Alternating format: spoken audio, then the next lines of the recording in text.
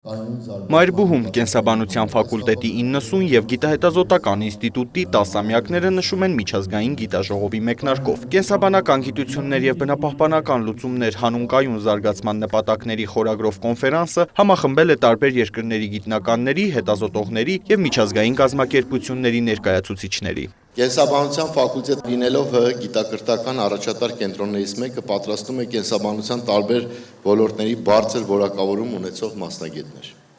Ֆակուլտետի շրջանավարտներն աշխատում են աշխարհի տարբեր առաջատար կրթական և գիտահետազոտական հաստատություններում։ Կենսաբանության գիտահետազոտական ինստիտուտը վերջի տարիներին ունեցել է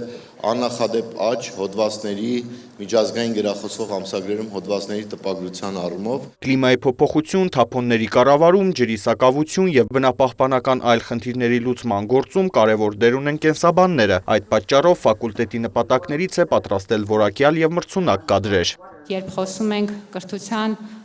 և հետազոտության մրցունակության մասին, առաջին հերթին նկատի ունենք հենց միջազգային մրցունակությունը, որը մեզ դնում է այդ ցանցերի մեջ, դնում է այդ հարթության մեջ և մեր աշխատանքը դարձնում չափելի և մեր աշխատանքը դարձնում տեսանելի ոչ միայն Հայաստանի ներսում, այլ նաև Հայաստանից դուրս։ Ու կարծում եմ, որ կենսաբանության ֆակուլտետի օրինակը այս իմաստով ուղենշային է։ Երևանի պետական համալսարանի կենսաբանության ֆակուլտետը հիմնադրվել է 1935 թվականին և երբեք չի ունեցել դիմորդների պակաս։ Այս տարի ֆակուլտետի կենսաբանություն ու կենսաքիմիա և կենսատեխնոլոգիա կրթական ծրագրեր ընդունվել է 64 առաջին կուրսեցի։ Մեր հիմնական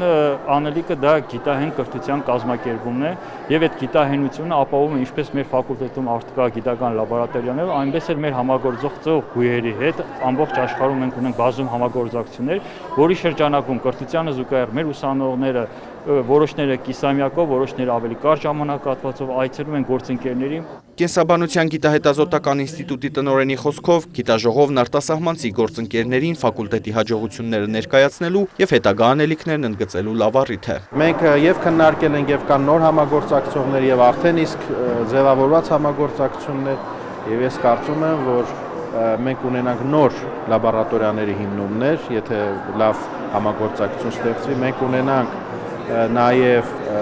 նոր այցելություններ, ինչպես իրենց ուսանողներ, իրենց ուսանող ասպիրանտների հետազոտողներ, այնպես էլ մեր։ Գիտաժողովի ընթացքում կրթության, գիտության, մշակույթի և սպորտի նախարարն ու Երևանի պետական համալսարանի ռեկտորը մեդալներ, պատվոգրեր հանձնեցին ֆակուլտետի ներկայացուցիչներին գիտության զարգացմանն ուղղված ջանքերի և փորձն ու գիտելիքը սերունդներին փոխանցելու համար։